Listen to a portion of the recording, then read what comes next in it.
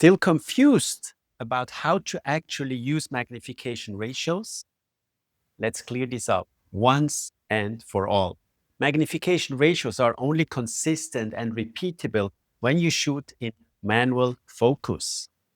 You simply pre-select the magnification ratio on your lens, check the marks, and then you move your camera slightly forward or backward until your frame is sharp. That's it.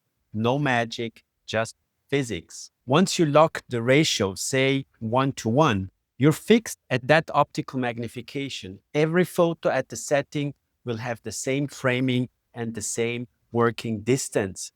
That's how you get consistent documentation every single time. Now, yes, at 1:1 on full frame cameras, you'll be pretty close to your patient. That's totally normal.